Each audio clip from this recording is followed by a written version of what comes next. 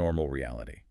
And their awakening, triggered by the RMBF, gives them their mission. That's the idea. Their mission is to lift Nigeria, the motherland, into becoming a Brobdingnagian. Brobdingnagian, like from Gulliver's Travels. Huge, powerful. Precisely. A giant. Okay. A metaphor for becoming a true global superpower. And the RMBF's first attempt to invade, it caused trouble but didn't stop independence. Yeah. And had another unforeseen effect. Yes, this is really interesting. That failed invasion actually accelerated the spiritual development within the Aegenerans' inner world. Sped it up. Yeah, to the point where their inner progress outpaced events in the physical world, especially after the instability when Nigeria's First Republic collapsed. Their internal strength, their spiritual growth, became key to resisting these forces.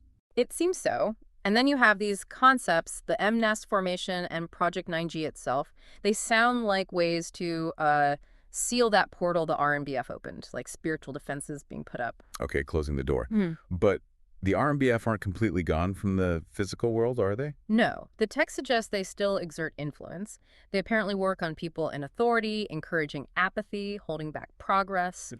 But the custodians, the PNNC, and the awakened Aegenerans, they can perceive these RNBF entities. They can see them, whether they're in their beastly form or disguised as humans. So there's this hidden struggle constantly playing out. A kind of invisible battle, affecting the nation's path.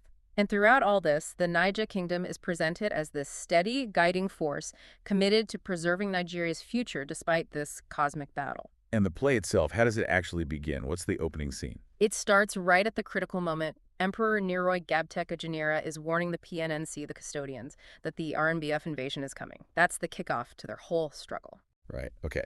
So, pulling it all together. Right. We got this really layered project, an artistic vision starting in theater, growing into film. It weaves together this symbolic story about Nigeria's potential, the challenges it faces, seen and unseen, internal and external. And then there's the creator's own, very real-world ambition for political leadership. That sums it up well. For me, the real aha is that fusion. You know, art reflecting on history, on specific political figures, blending it with this metaphorical, almost spiritual battle, all aimed at seeing Nigeria become this global force. And the artist's own journey is just striking. From conceiving this complex mythology to actually putting his hat in the ring for prime minister, it's unexpected. It definitely makes you think, doesn't it? It does. Which leads to maybe a final thought for you listening. What is the power of art and vision in shaping how a nation sees itself, its aspirations? Can creativity actually influence real-world events on that scale? What role does it play in a country's path to, well, to prominence, something to mull over? I am the president of Ukraine, and I support Emmanuel Chike Gabriel for Prime Minister of Nigeria.